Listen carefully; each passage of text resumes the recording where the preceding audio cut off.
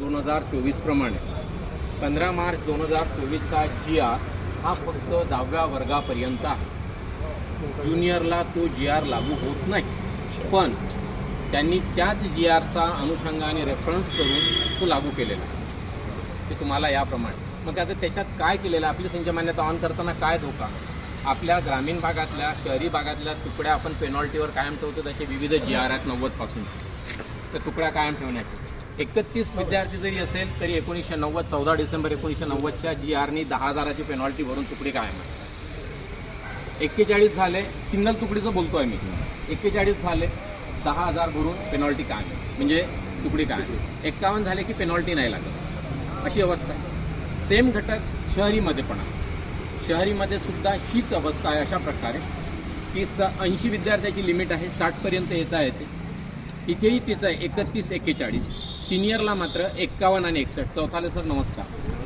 नमस्कार। सिनियर कॉलेजला 120ची लिमिट आहे, 100पर्यंत मागे येता येते आणि त्यांची मॅक्झिमम लिमिट आहे 71ला पेनॉल्टी नाही, 51ला 10,000ची पेनॉल्टी, 61ला 5,000ची पेनॉल्टी, सिनियरचा वर्ग कायम राहतो। आता मी तुम्हाला खरा धोका सांगतोय की आपली संच मान्यता अजून आलेली नाही, तयार आहे, इन ड्राफ्ट तयार आहे, UO लॉगिनला टाकल्या गेलेला नाही।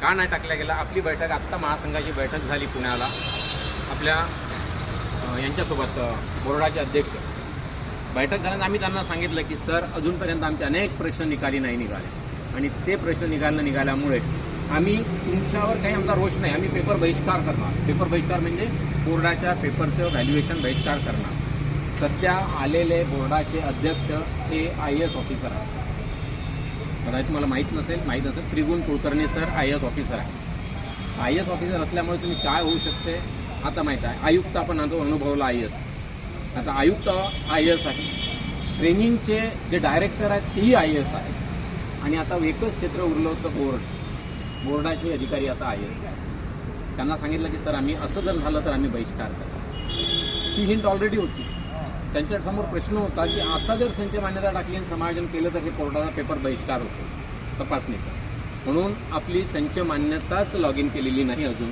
पण ती केव्हाही होऊ शकते। मग आता काय होणार आहे, आता हे होणार सिनियर कॉलेजला अटॅच ज्युनियर कॉलेज 120ची लिमिट, 100पर्यंत कम्प्युटर मागे येणार। तुम्ही त्या लिमिटमध्ये तुमच्या तुकडीचे विद्यार्थी असेल तर तुमची तुकडी दिसेल, त्या तुकडीवर काम करणार दिसेल। सिनियर कॉलेज आतापर्यंत काय होतं, 71 असेल तरी विना पेनॉल्टीने तुकडी होती, 61 असेल तर पेनॉल्टीने तुकडी होती, 51 असेल तरी पेनॉल्टीने तुकडी होती, आता 100 असेल तर तुकडी।